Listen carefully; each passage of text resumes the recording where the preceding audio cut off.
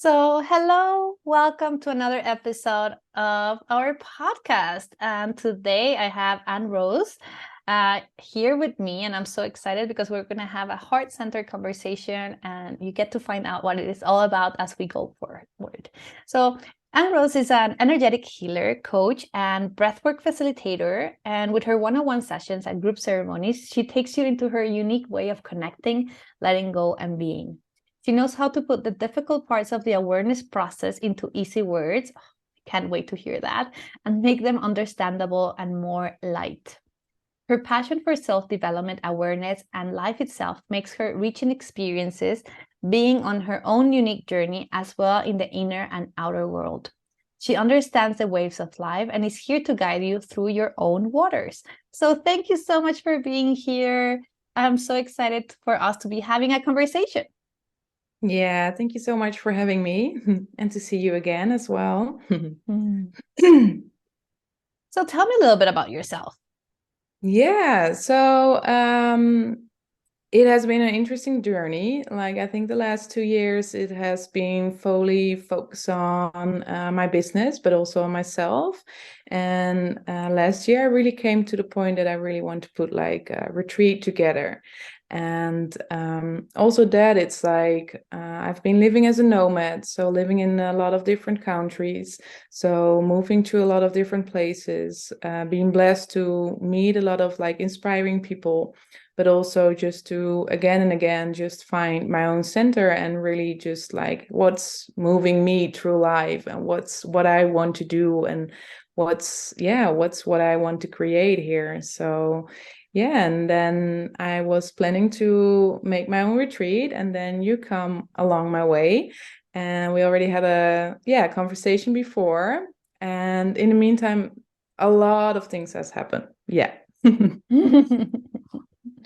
Oh, that's amazing. I know you have like you planned this retreat, and I know you're super heart-centered, and I love that. That's so important. But we were having a conversation about how that can get in our way. So, how do you feel about that? Because I've been there. Definitely. Yeah. Well, it's an interesting thing. Like, I think everyone that's on this self journey is learning how to more listen to the heart and move from there on. And so also am I. And I just felt such a spark to like put a retreat together, such from like the heart energy. And then I was like, okay, I'm gonna do it. I'm gonna focus, and everything just fell in places. And along the way on the process, everything came really from the heart. But along the process of the retreat, I was like, oh, wait, like I need the head, I need the plan. Like what you said before as well, like it's like an event. It's like there are so many things to also like take care of and to plan and to do. So slowly the energy went to the head. And then there was like the connection between the heart and the head was just like not there. Like, okay, but how I'm gonna do it? Oh, this is the first time I'm gonna do it. I don't know how, but I really need to do it because, well, that heart was just like yelling from like, yeah, do it. And then the mind was just overloaded actually. And then I really saw how beautiful it was, like a shift from moving from that heart energy to the head energy, and really I would not say controlling it, but out of like a different energy, just putting things in work, like more out of a fear base rather than a place of abundance, or like what I really wanted to share. And rather than like sharing like a safe space to people be with, I think I was also sharing my fear of like making the retreat. And I think people will also feel that. And sadly enough, it was not able to go through the retreat, so I needed to cancel it. And that brought me with a lot of grief, of course. Like you're so passionate and so hard, like, oh, this is what I'm gonna do. And looking back, it was a beautiful learning. Like, how can we let the mind and the heart like co-create? Like, we need them both. And we live in a world that is more like head based. And then what talking about my own experience, first was like, oh, hey, how can I go to the heart and really move from the heart? And then I did that. And then you see, then I saw like, oh, how can I like click it together, like with the heart and with the mind, just really like move from the heart, but let the mind work for the heart actually, rather than the mind taking the control. Yeah. I love everything that you're saying. And I am sure many people in the audience, we have all been through this, right? Like we're so excited and so passionate about something. It can be a retreat or a course or anything else. And we're so excited and we're so excited. And then we start seeing this checklist of like 1,000 things that we need to do.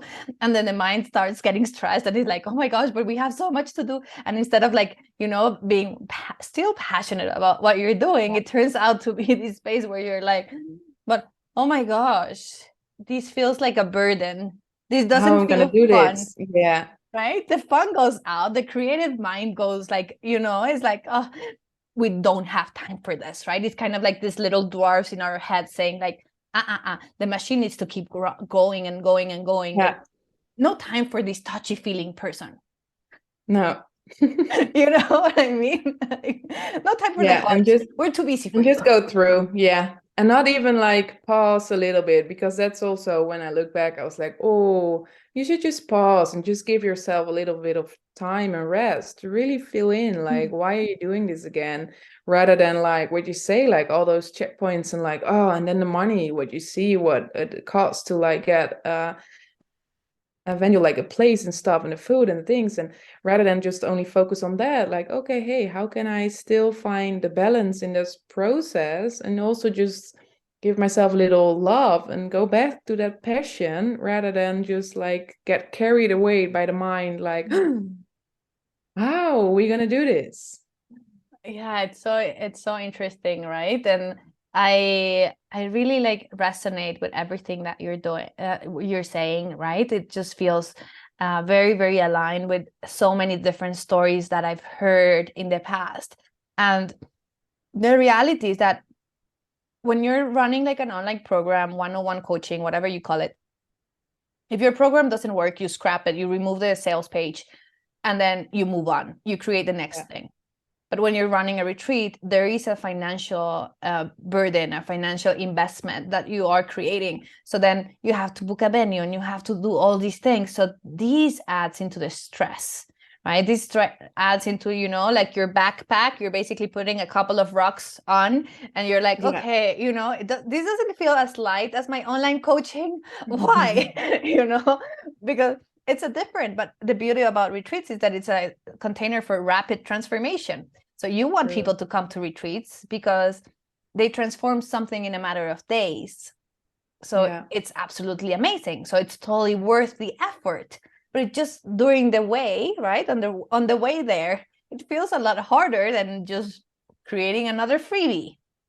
For me, when I was busy with my retreat, at one point I was like, oh my God, like I don't have anybody that signed up, but I will sign up for my own retreat because I need a retreat right now. Like it was so much like to do. And it was like, oh, like from my retreat, I really go into like, how can we move from the heart and see the world from the single eye from the heart? Like really no judgment, like really go with the flow and really go out of like love. And I was like, oh, I need that. Like, I have knowledge about this, right? Like, where is it? Like, can I go on my own retreat? Because it was just like the mind was just like taking it out. And then it's interesting because what you say, like on the path to the retreat, like it's something beautiful. Like, it's not only a one-on-one session or an hour or even a day retreat or 2 days. Like you have so much more time to really go deeper and to create like a safe place for people to even just to be. Like it doesn't have to even be like really weird tools or anything, but it's just like the space you create with the whole group, not only the retreat host but also the people. And along the way that I was creating that, actually looking back, I was like, this retreat actually helped me so much. So it didn't even help other people to go through what I thought, like to really live from the single eye from the heart, to really live from out like judgment and just take everything what is coming to you in life just as like, okay, this is how it is. And that was actually my message to put in the retreat. And the beautiful thing and ironic thing is that was the exact lesson that I got. Like, okay, and Rose, just accept how it goes. Like, and just move again from the love and acceptance. Okay, it didn't went through. Okay, okay, you can grieve, and it's sad, of course, but accept it. See what you get out of it. So it was a tricky game from the universe, I think. It was like a lesson that I was like, okay, there was the lesson that I thought by giving to others or showing to others, and then it ended up by myself. And that's interesting because that's always what I've been saying, like it's always start with yourself. And I think I forgot that along the way creating the retreat. Oh. So the universe was like, we're gonna set you back. Yeah. Knock, knock, I'm here. Right. But what a beautiful lesson, right? And I do believe that every time like something happens to us, we get to choose. Either we see it from a positive perspective of growth and learning as a learning opportunity, or we see it as something is like a terrible thing that happened to us, right? Yeah. And it is our choice to see where we take that, right? Like you could have like True. canceled the retreat and then be like, well, people are not ready for my teachings. You know what I mean? Like, taking it from a completely different perspective rather than like, oh my gosh, so what do I get to create from here, right? So it's all about at the end of walking the talk, right? Yeah. So you're like, okay, now you lived it, you saw this process, but now you get to go and run another retreat and walk the talk, right? And be aware in which points we're moving towards a direction that is not the direction that is not heart-based, right? Exactly. Yeah. Yeah, And it's then, beautiful. And I think that's the case, not only what you said before, not only with creating a retreat, it's like with everything, like what is happening in your life. It's like you have a choice how to react on that. And it's mostly the story that you make around it that where you hold on to. Like if you indeed what you say, if you just see it like, okay, that's a beautiful lesson, then the burden and the heavy emotions already come less. But if you think like, oh, I failed, I don't know how to do it, or people don't want to go on a retreat on me, then it's like you taking more and more like stress and emotions on your shoulders. And it's actually up to you, like how can you just accept the things how they are and move from that, and yeah, indeed just learn from it. yeah, I really like this because it's like so important for us to really go into this space of like being connected with what we want to do, right? And being able to be authentic. I am so happy, like I'm so grateful that you're open to talk about this because so many people would want to hide and say, I've never canceled that retreat, or this is not something that ever crossed my mind. Or, you Mm. know, I pushed through and I ran my retreat with 2 people. I lost money and I just did it because I didn't want to go and like tell people that I had to cancel it or I had to move the date. It's all about authenticity. And this It is was a big process for me as well, by the way. It was something. like at the moment, but then again, it was like, am I listening to the heart or to the ego? And indeed, the ego was saying, like, no, no, no, you're not gonna cancel it. You know, again, all those voices or that story that you're not worthy or anything, like all those emotions came up again, like, I'm not good enough, or I cannot do it if I gonna cancel it. But then it was like, then the ego is just like out of pride. I just don't allow my feelings to be there or allow to really listen to my heart. And my heart was like, cancel it. It was too much stress. It was like you don't get anything out of it. But the ego was like, no, you're not gonna cancel it. Like, why should you do it? No, failure. And then it's like no, like listen to the heart. Like there is no good or wrong if you cancel it or not. Like and again, it's so important to listen to the heart. And indeed, what you say, I think it's so important to be authentic. And in that way, I think there is no good or wrong. Like everything is just as it is, and everything is just good. Yeah, and I think it's so important for everyone who's listening to really sink in this piece. Like, it's okay if you go through this back and forth of like, do I cancel? Do I not? Do I keep going? It's Because that will normal. happen anyway. Like, Yes. yeah, you cannot So, avoid that. so just say, oh, this is part of the process. Yes, the ego will talk, the heart will Yeah. talk, the fears will come, but I just gotta keep showing up. And if Yeah. showing up means I get to cancel this one because next time when I show up, I really show up from my heart, then that's how you show up, right? Showing True. up doesn't Yeah. always mean being like pushing through something, right? We're so trained when we're kids to Yeah. really push through things, right? You Really didn't the do this one. result as well. Yeah. And sometimes we just need to say, nope, Yeah. I am It's not. like, yeah, it's also like being authentic and being true to yourself. And okay, yeah, we have this image like, okay, we need to do it the correct way, or what you say, like we need to push through it, or it's about the outcome. It's about actually putting the retreat together, because, well, that was your goal. You're Mm, creating a retreat, so there must be coming a retreat. And then along the way, we actually miss our actually essential being, because it's focused on the outcome that's not there. It's mm. only in your mind.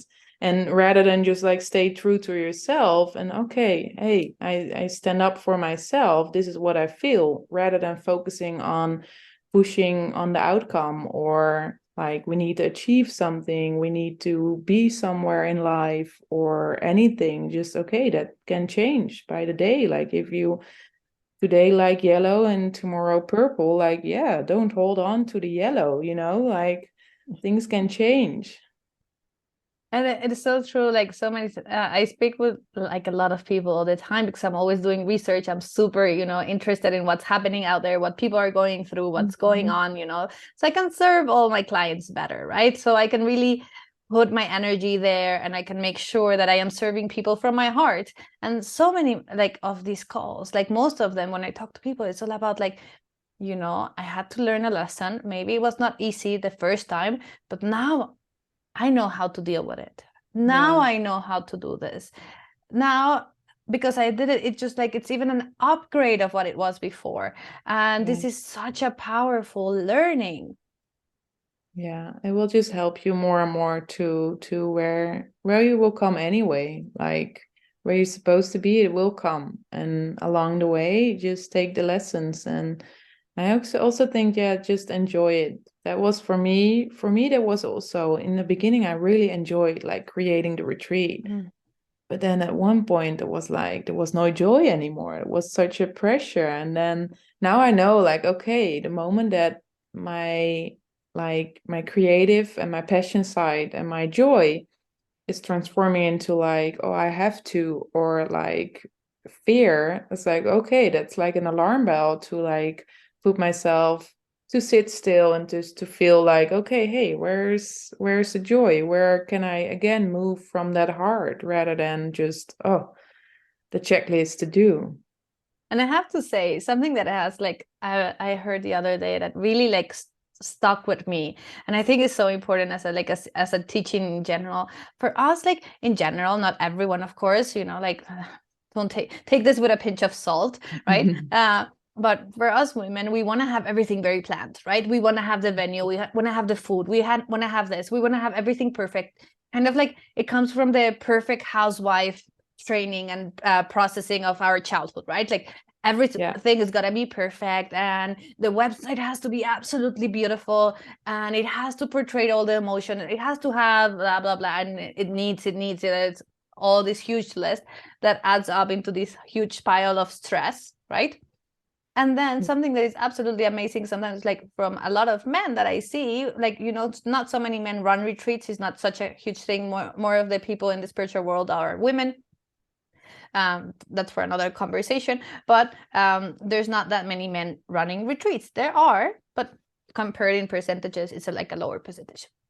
the other day I was listening to someone who wants to run a retreat in Mexico, and it's a group of like us men's circle, right? So they meet once a month, whatever, and they want to go into retreat.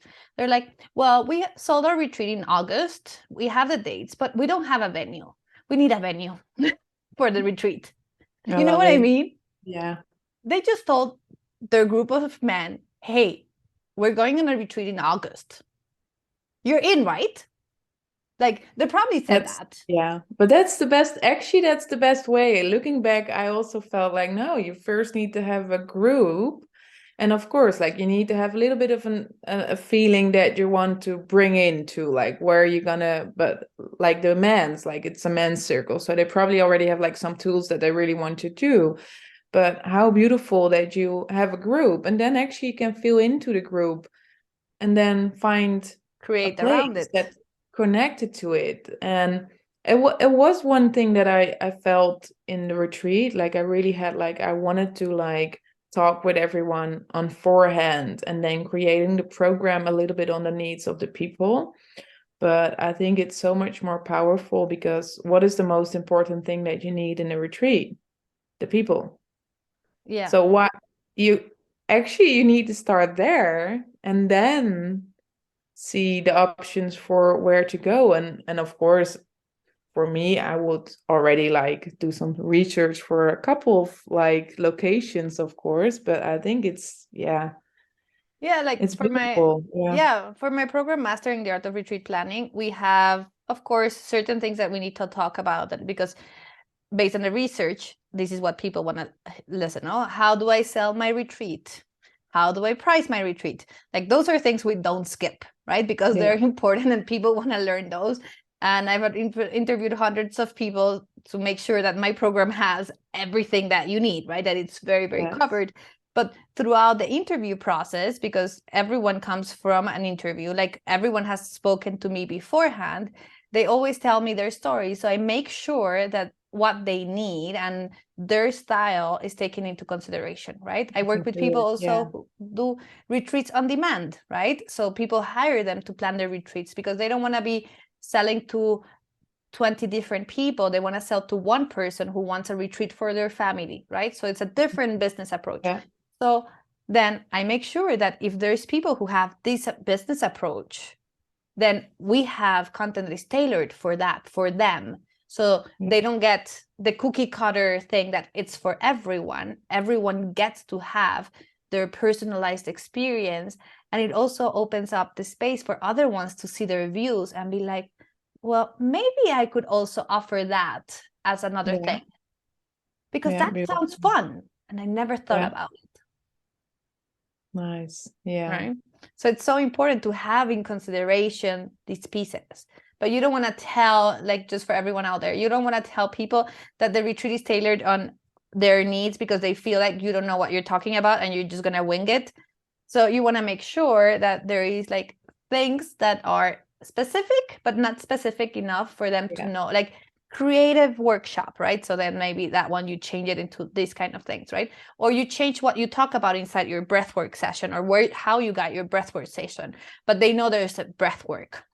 Yeah. So then you tailor it, but they don't really need to know that you're tailoring it based on who joins, because then it feels a little bit weird for people. They want to know what they're getting out of it, right? That's what they and people will be more open when it's just like more like, oh, a creative workshop. Then they were like, oh, open, but it will be like, oh, creative workshop to release your trauma. Then it will be like closed, like, oh, what's gonna happen? I need to prepare myself. So it's also so important to give the tools that even with the words or how you communicate it with the people, that they already feel safe and like, oh yes, we could just gonna dance or do some breathwork and feels lighter. It feels much lighter, and then people are more safe. And then when people are more safe, then probably there will come trauma or stuck emotions come out, but then the focus is not on that, and then it comes more in a natural way. So So thank you so much for sharing this. Like really feels so great. It feels like so honest, and I feel like so many people need to hear this. Because when we're in the space of like retreats, it's normal. Retreats get canceled, they get postponed. Yeah. Venues overbook the dates, and suddenly you need to find a new venue. Like things happen. Like New date. Yeah. Not things everything happen. is in control of you. Yeah. I think Yeah, that's also a big yeah, lesson to like trust, and things will just go as it goes. yeah. And it's all about like, really trusting and getting the tools and and support, right? If you feel that you're missing something, that there is something else that you can add on and that it will let you skip the learning curve, then go Yeah. for it. Like, invest in yourself, because that's the way you get to show up better for your next retreat and your next retreat, and you keep growing. Like, Yeah. there's not like we never stop learning. And the moment we think we have it all, then it's the ego talking, it's not our heart. Actually, that's the worst thing to think, actually. I always think like there's no bad things to think or to do, but if you think you already know everything, that's like one point that guarantees that you're gonna like miss so many points or things. And yeah, we still keep on learning. And I think we're all in that, even if you're a retreat host or like a guest. I think it's always like you're learning again and again and again. For me, even putting the retreat together, not even there, but I just knew like I will learn so much. Even when one day my first retreat that will happen come, I know I will learn so much because other things will come up again. And just to be open for that. And I also think just to be gentle for yourself, to be open to all those lessons without any judgment is, yeah, the best attitude to step in those things. Yeah, I love this. And if I can leave everyone with a question, it's like when you're planning your next retreat, don't forget to ask yourself, what do I want to get out of this retreat? Right? Yeah. What do I want to learn from this retreat? Because it's an energetic exchange in so many different levels. It's not just Yeah. a financial energetic exchange. You exchange as you hold space. You will learn from the people who come to your retreat. They will learn from you. What do you want to get from it? Because if you start Yeah. just thinking about what everyone else will, you forget about yourself. And Most important thing. Yeah. it's very, very important. Yeah. So, so food for thought for all of you listening to us out there. So, Anne-Roos, thank you so for being so much here. So, how can people find you if they want to talk to you and learn more about all these beautiful heart centers, things that you teach in your programs and soon to come next retreat? Yeah, well, thank you, Lenny, so much as well. And I think the best way to find me is via my Instagram, and it's my name, Anna Nesvadba, and you see it in the link below. I think it's easier with the difficult last name, but I think that's the best way to reach me. Perfect. Thank you so much for your time today, Thank and thank you for you. everyone listening. I'll see you next time. Thank you so much for listening to this episode with Anne-Roos. It was absolutely amazing to get to hear what happens when you get to cancel a retreat and how you can shift that towards a learning opportunity. But I want to invite you to join me in Mastering the Art of Retreat Planning so you never have to cancel a retreat. Yes, as it say it. Mastering the Art of Retreat Planning is really the space where you can release all doubt and learn all the steps that are necessary for you to succeed as a retreat leader. Doesn't matter if you have already hosted a couple of retreats or you're new in this. What you have to have inside is a big passion to create transformation in the world in an in-person space. So I invite you to check down the caption below and see what this program is all about. See you next season.